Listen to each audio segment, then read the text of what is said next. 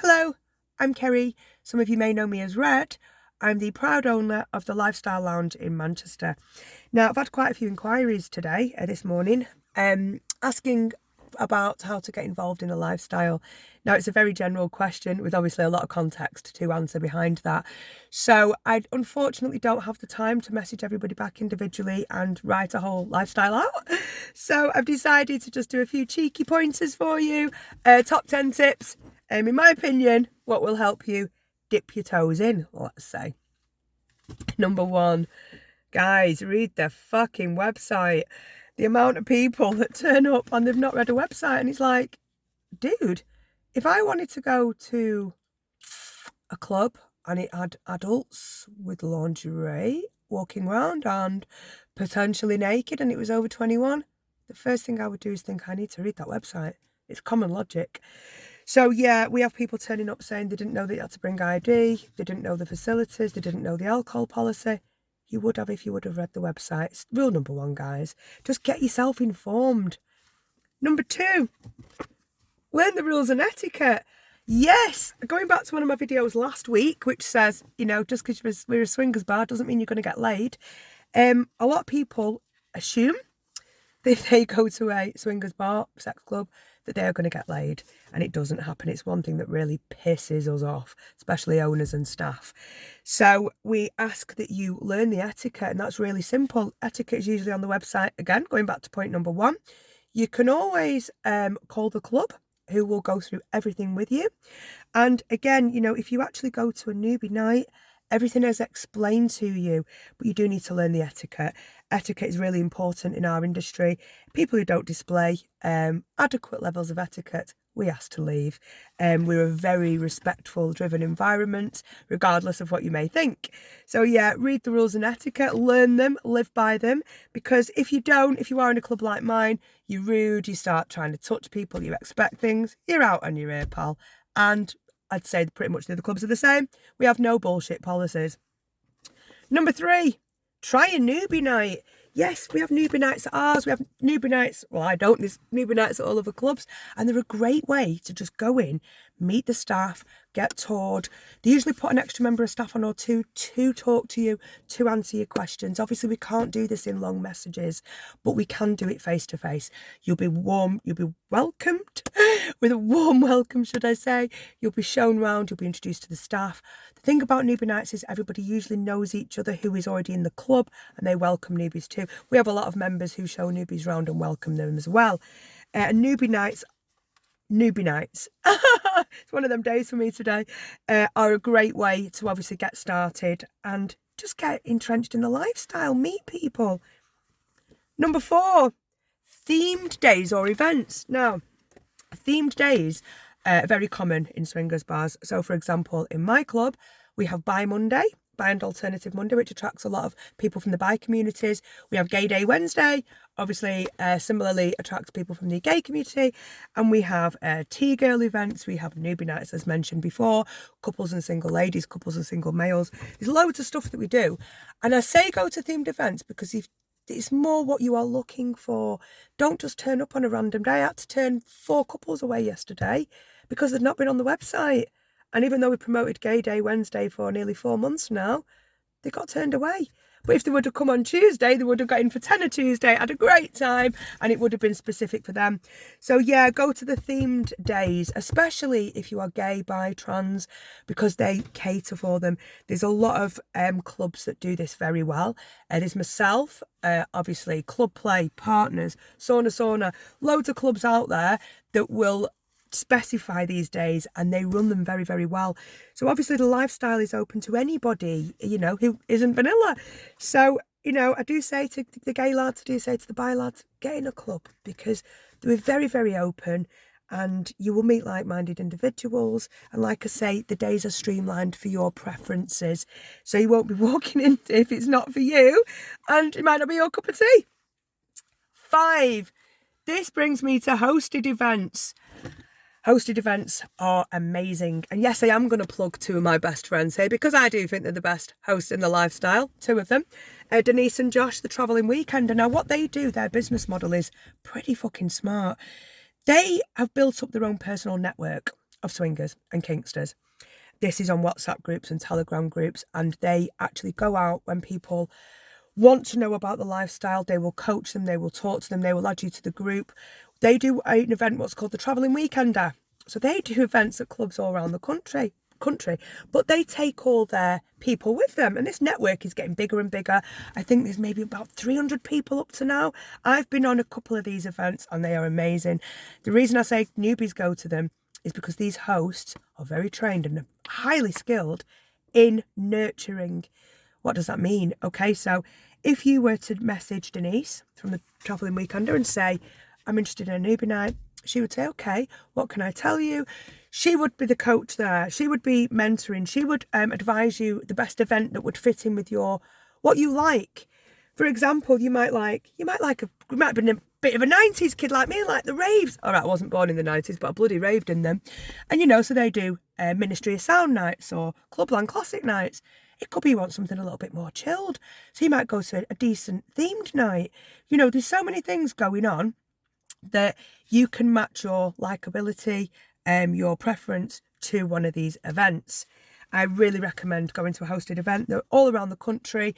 Do get involved. I will put the link in the bio to get involved. But the next one I'm going to is on the 1st of March at Pandora's with the Travelling Weekender.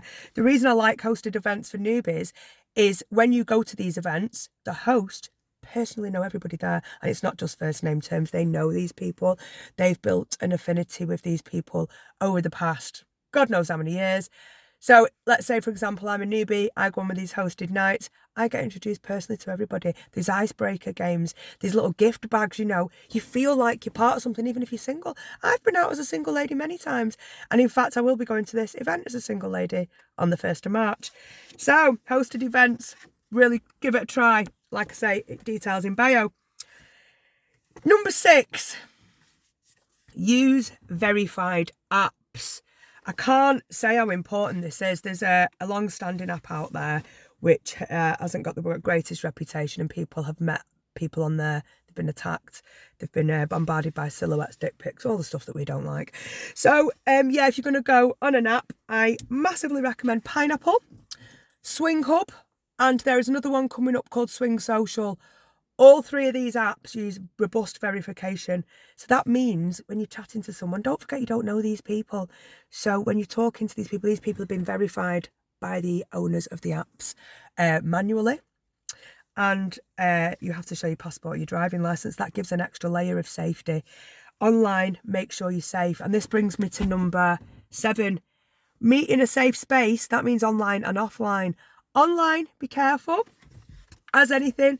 But offline, if you are going to do a meet with somebody, you don't know them, you've not met them before, it's a bit of a different situation than if you just meet someone in a pub, because you both know that you're going for the club for one thing, so you must keep safe. So I really, really advise you, if you are going to meet someone, meet in a club. The clubs are very safe, they're very strict. We take passports, we take driving licences, we don't fuck about on the door. If anything is to happen, we know who they are. You don't know that if you're meeting in a lay-by. Okay, not saying that people do meet in lay-bys, although people don't go dogging, but please, ladies and gents, safe spaces. Brings me to number 8, safeguarding. Okay, so you've got to the safe space. You've met somebody, but you've not met him before. You've only met him online. So how do you keep yourself safe? Okay, well, firstly, don't go home with them. It's very easy to meet someone and get a connection, especially if you've played together and you feel like there's an emotional connection there. There isn't. It's just sex, okay? You don't know this person properly. Until you do, you keep meeting in safe spaces, okay?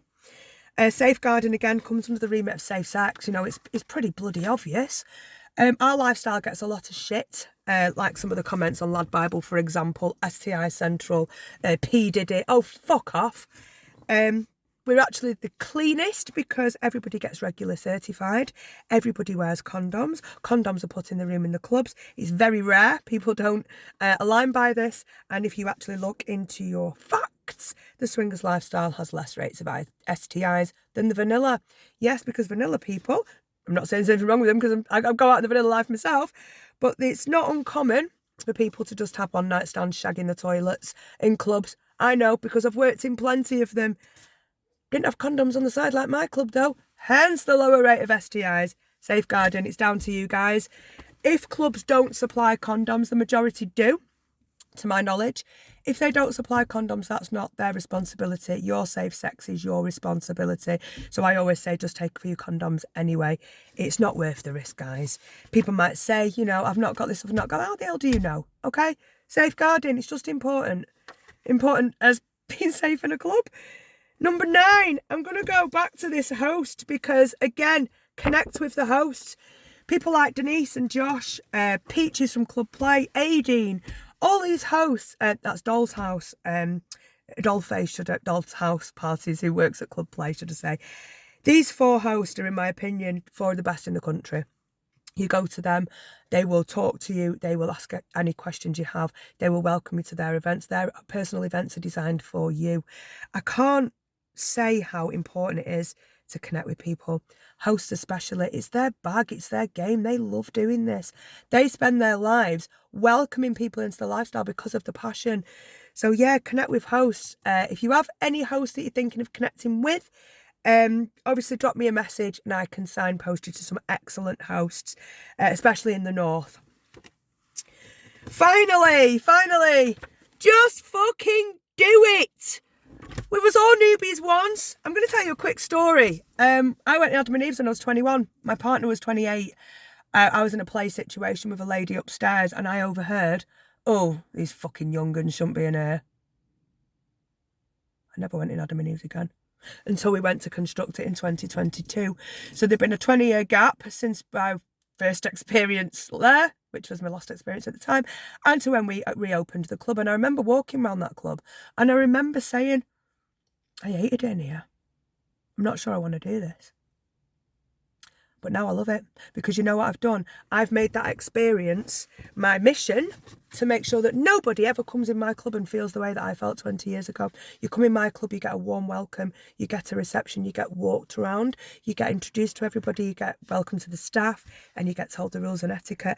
I can't tell you how important it is to just get out of the mindset that it's a bad environment. Everybody's just banging on the tables. It doesn't work like that.